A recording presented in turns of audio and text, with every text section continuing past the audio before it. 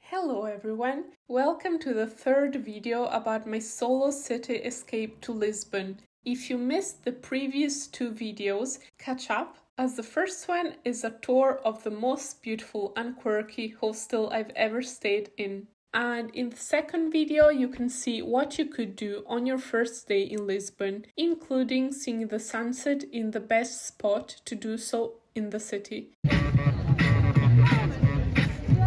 And that's not just my opinion, but a local told me that. On my second day in Lisbon, I got the 11:41 train from Lisbon city centre to Sintra. Yes, I wasn't exactly an early bird, but it's not my fault. Portuguese people are way too generous when they pour wine, and I was paying the consequences of the previous night.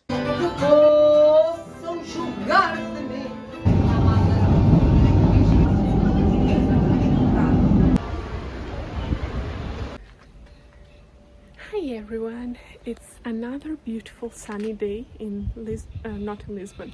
Today I'm in Sintra, so it's another beautiful day in Portugal. It's nice and sunny, but it's not too hot.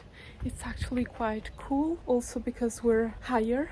Now I'm going to walk towards the Pena Palace. It's a 30-minute walk from the train station of Sintra, and outside the train station you find all the taxis that can bring you, so you don't have to walk 30 minutes, but I decided to walk instead. I must say, public transport in Portugal, in Lisbon actually, is amazing. Like the subway, the trams, the buses. No, I never took a bus. The only issue is that after Sintra, I would like to go to the seaside, Cascais or Cascais, I don't know how you pronounce it. And the problem is that there is no direct link with public transport. So I looked and it says I would have to go back to Lisbon and then get another train. So that would be a waste of time. And so I looked for Ubers, which are really cheap in Lisbon. Well, I find Lisbon cheap in general. So I will get an Uber from here, and it's only a 20-minute drive, and it's only £12. So sorry, 12 euros.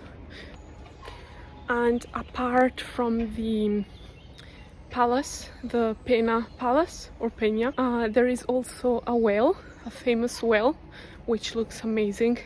It's basically a vortex going into the ground, so I want to see that as well. The girl who works at the hostel, who I think is Brazilian from Sao Paulo, like a dear friend of mine, she said that the palace I'm going to see is actually nicer if you look at it from below instead of actually going into the palace. But I'm curious, so I would like to see both ways. Like I would like to go in and also see it from below. The only regret that I'll have is that I haven't tried a surf lesson, and a girl from Argentina that I met at the hostel today is going to go to a surf lesson today in Cascais. So I think I regret that, but I'll have to come back to Lisbon. It's not a problem, as it's an amazing, amazing city. It's not that easy to walk up there, I'm telling you. I'm so tired. I've been walking uphill half an hour, which isn't even that long, but I'm shamefully weak because I haven't been training in the past months, so I deserve it. I would almost say I regret not taking a taxi, but I don't actually, because it's just half an hour, so I should be able at my age to do this. And also coming back down, it's going to be downhill obviously, so that's going to be easier. I'm in the mood of talking because I'm alone and there's no one around. And I must say, like, a thought that I had is many times what scares us about traveling alone is the fear that we won't be able to move around and we will be alone, as a matter of fact. But actually it's incredible how like the anxiety disappears as soon as when you land in the airport, you're still anxious because you don't know where you have to go, which means of transport to take. But then once you understand how to move around the city, it's a whole different thing, and you know that you've had a good idea going alone. So yeah, just the point is, don't get too anxious.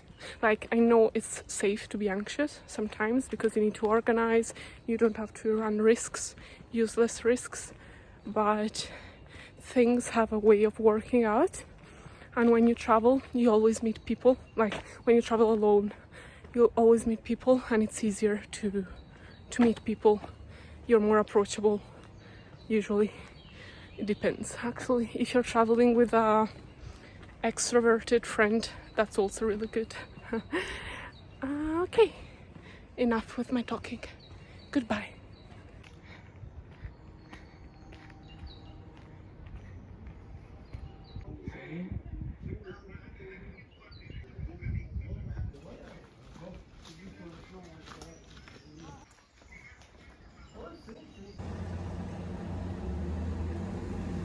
Something which I would like to share with you because it's useful is that the tickets to get into the palace, to visit the interiors, work according to slot times. So if it's 2 p.m. but the next available ticket is from 4:30, you have to, let's say, spend some time or waste some time, depending on what you feel, in the gardens. So that's that. And I've been told that the palace is actually nicer if watched from below instead of going in.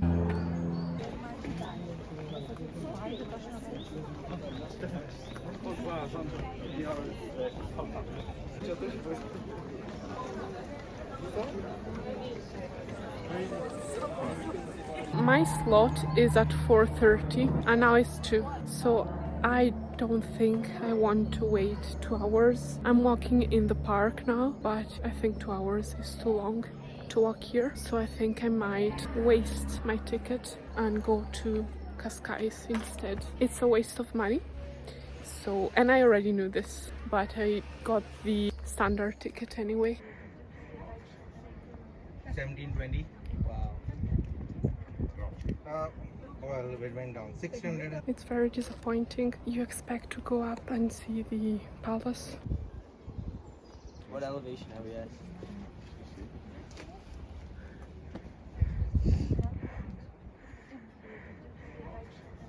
So, do I regret going to Sintra? Yes. Do I regret going to Sintra because it's an ugly place? No. Of course it's not an ugly place, but I regret going the way I did.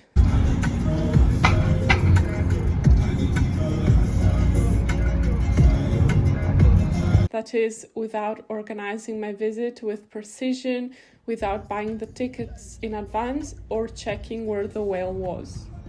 Had the restaurant of the palace been accessible, I would have waited for my turn to visit the interiors there, but you couldn't access the restaurant either, which was beyond the entry point to the interiors of the palace, if your ticket said 4:30 instead of 2. Anyhow, I thank you very much for watching, and I shall see you in the next video. Bye bye!